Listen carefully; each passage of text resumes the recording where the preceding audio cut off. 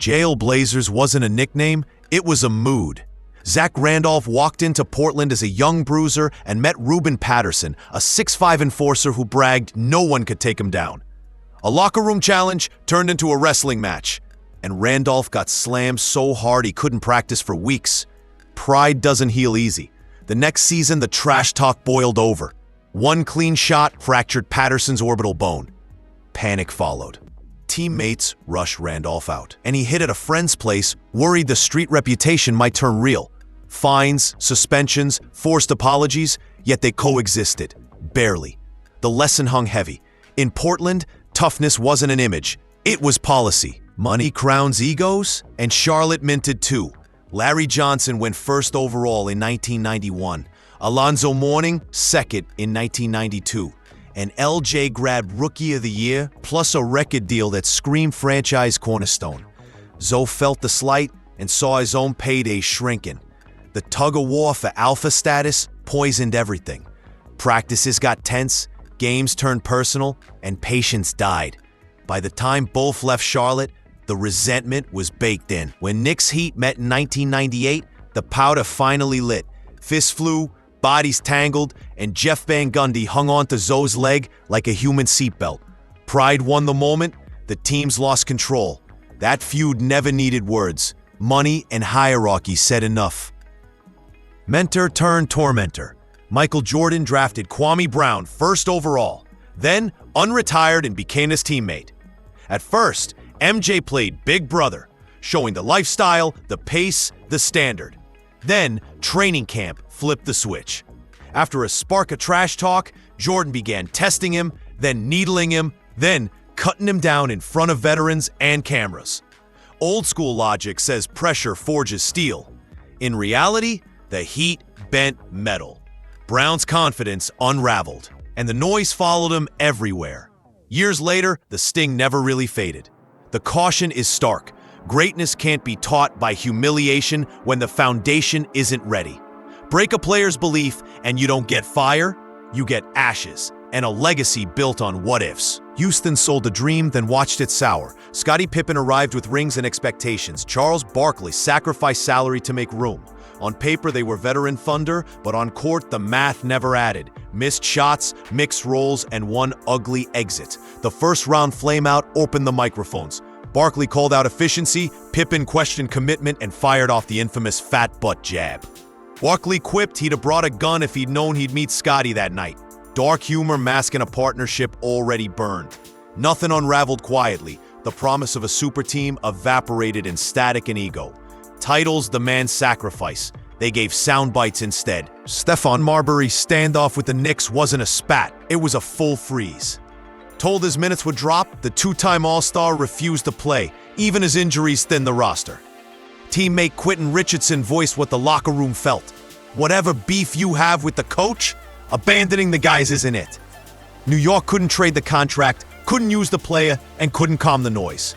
Months dragged into a buyout, and Marbury limped to Boston for a final act. The romance of the Garden faded to bureaucracy and bad blood. New York loves a grinder. It has less time for a standstill. Pride sat courtside while the season bled out. Championship glow turned cold between Ray Allen and Rajon Rondo. After 2008, role players wanted star touches, exactly what Michael Jordan warned Ray about. Rumors of a Suns trade spooked everyone. Rondo blamed Ray for the near move. Teammates literally made them glove up and box. It didn't fix trust. Ray offered free throw help, Rondo's look said no thanks. On court, passes allegedly disappeared. In 2012, Ray took less money to join Miami, a move Boston treated as treason. He was iced out of the 2008 reunion invite years later. Brotherhood has rules. Ray chose rings. In that room, forgiveness never suited Green. A single punch can echo for a season. Training camp 2022, Jordan Poole was rising, bag secured, swagger visible. Draymond Green, heartbeat of Golden State's defense, saw a boundary crossed. Words snapped, distance closed, and then the shot. TMZ turned into a loop. Public apologies followed, but privacy was gone. Trust cracked, and the locker room felt colder. Poole kept it business only with Draymond. Chemistry turned transactional. The Warriors faded in May. Eventually, Poole moved to Washington. A clean slate carrying a bruise. Dynasties survive injuries. They rarely survive viral fractures. When the film room becomes a courtroom, every clip becomes evidence. Chicago's practice pain was literal.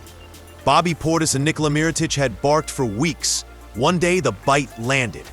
Portis's punch broke facial bones and concussed a starter, earning an 8-game suspension that cost real money and reputation.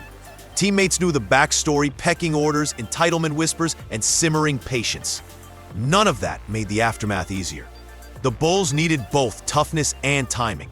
They got a hospital visit and headlines. Everyone talks accountability until a swing rewrites the season. A team is a fragile thing. 5 letters stretch over a dozen egos, and one collision can shred the fabric. Gambling trash talk turned the Wizards' locker room into a cautionary tale. Javaris Crittenton and JaVale McGee were jawing on a flight when Gilbert Arenas stirred the pot. Threats escalated into theater. Arenas laid out guns in the locker room as a twisted joke, and Crittenton answered by bringing his own. Players scattered, police arrived, and the NBA lowered the hammer with season-long suspensions. Careers never fully recovered. In a league built on image, one moment can stain a brand for years. Jokes don't read the same when weapons enter the frame. That day, the line between bravado and disaster disappeared. Chris Paul collects rivals like charges. In Los Angeles, early smiles with Blake Griffin hardened into silence as expectations climbed and patience thinned. By 2018, CP3 returned with Houston and a temperature spiked. Trash talk, elbows, and that infamous tunnel incident, complete with police presence to keep tempers from boiling over backstage. The friendship era was long gone, professionalism was the only truce. With Paul, standards cut both ways. He demands. He directs, and not everyone wants a floor general off the floor. When leadership feels like lecturing, the room closes. Houston offered CP3 a co-star who could match box scores and brand power. James Harden did more. He eclipsed him. Their 2018 run nearly toppled the Warriors, but a year later, the gears slipped. Paul bristled at Harden's off-ball stillness. Harden tired of Paul's constant coaching. 2 months passed with barely a word between them. Great teams argue, bad vibes linger. After another Golden State exit, both wanted air. The trade to OKC wasn't just cap math. It was a pressure valve. Some pairings break quietly. This one hissed, then stopped. Kobe and Shaq built a dynasty on uneasy truths. Kobe craved control. Shaq thrived on dominance and joy. Early shouting matches set the tone, and a slap in practice etched the line. Phil Jackson's arrival sharpened both. Shaq leaned in and dominated. Kobe learned to trust the triangle, and 3 straight titles followed. Then the toe surgery quote, "Heard on company time, heal on company time," lit the fuse. Kobe's solo explosions challenged hierarchy. Media jabs turned personal, and 2004 drowned in drama. The breakup was inevitable. Some duos are too powerful to last. They win, then implode under the weight of their own orbit. Kobe's second act had its own friction. Karl Malone's alleged comments toward Vanessa iced any alliance. Smush Parker brought a casual approach Kobe couldn't stomach. The critiques kept coming long after Smush left the league. Then came Dwight Howard. Big smile, bigger body, softer edges. Kobe called it as he saw it. Not enough edge, not enough bite. Those years reframed Shaq for him. Dominance suddenly looked like discipline. The theme repeated. Kobe wanted obsession in every drill, every day. Anything less felt like betrayal at work. Not everyone vibed with Dwight Howard's version of gravity. After Los Angeles, he joined James Harden in Houston, and the seam started to pull. The rumors say screens got just a bit softer. Passes arrived a tick late, and each camp quietly hardened around its star. No fireworks, just frost. By the end, they weren't really speaking. The tape looked functional, the room did not. If chemistry's a language, there's lost verbs. You can stack talent all you want. If trust falls short, the ceiling lowers. Jimmy Butler treats practice like court, and everyone gets cross-examined. In Minnesota, he dragged a young roster to the playoffs, then watched habits slip. One day, he snapped. Torched the starters with backups, barked at the front office, and told the building they needed him. Some heard leadership, others heard insult. The fallout was swift and public, ending in a trade that proved a point. Intensity wins games, but it also picks enemies. Butler left. The Wolves reset, and the league filed away a note. Some engines run hot, and you either ride with them or pull over. A phone camera cracked a friendship and a franchise timeline. D'Angelo Russell and Nick Young joked in a hotel room. Locker room banter about relationships that never should have left four walls. The clip leaked, and privacy turned to PR crisis. Engagement shattered, trust cratered, and the Lakers drew a hard line around the rookie. Russell wasn't forgiven in that room. The trade followed soon after. Fans debate talent, teammates remember trust. In an era where every lens is live, the code matters more, not less. Break it, and you play alone. Is the through line most people miss. These weren't random explosions. They were precious systems. Money, minutes, status, and legacy built low clouds that finally broke in the storms. One team boxed teammates. Another needed police. Some feuds were public theater, others quiet sabotage. But each one left a dent. On win totals, on careers, on how fans remember the names. The question isn't who was right.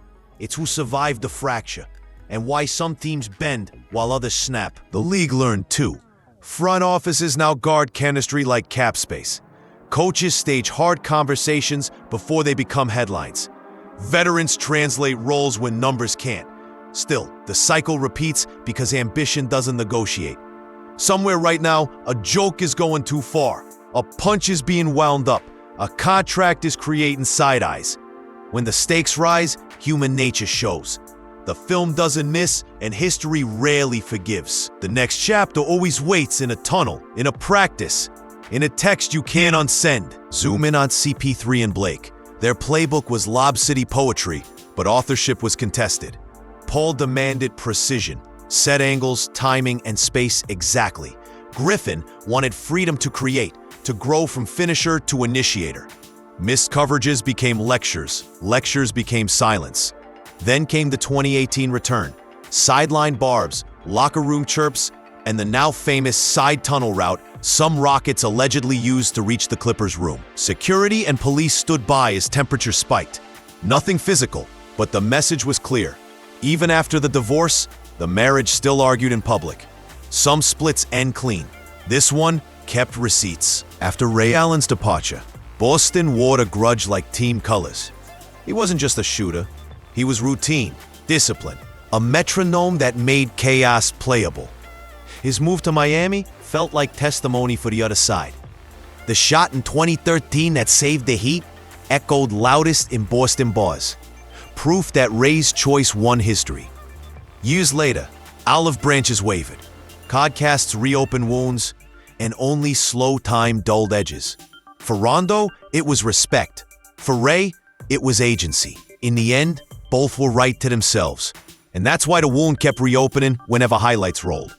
Forgiveness as a scoreboard, but the score changes with every replay.